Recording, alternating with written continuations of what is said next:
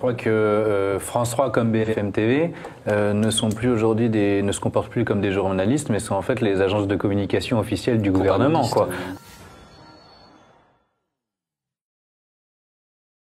Il y a un élément quand même ces derniers jours qui prête à rire, mais qui est quand même grave, c'est cette fameuse pancarte Macron dégage où on a photoshopé le dégage. Donc, est-ce que vous avez des anecdotes, vous, en région avec France 3, François Boulot, vous qui êtes en Normandie? Oui, je crois que France 3 comme BFM TV ne se comportent plus comme des journalistes, mais sont en fait les agences de communication officielles du gouvernement, quoi, qui est chargé de, effectivement, de propager le discours du gouvernement.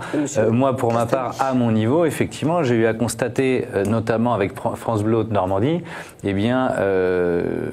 qu'un débat auquel j'étais programmé, invité face à un député de la majorité, un représentant de la Chambre de commerce, la veille au soir, on m'a appelé pour me signifier finalement qu'on avait décidé d'inviter une autre personne.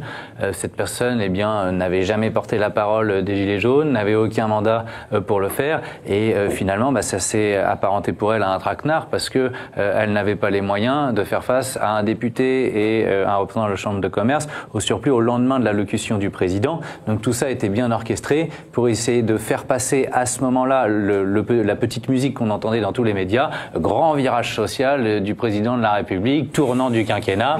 Bon, je veux dire, tout ça fait bien rire, et je voudrais d'ailleurs dire sur le fond là un élément très important, c'est que toutes les mesures qu'il a annoncées, il les a annoncées pour les modestes, mais qui va payer? Toujours les mêmes, la classe moyenne.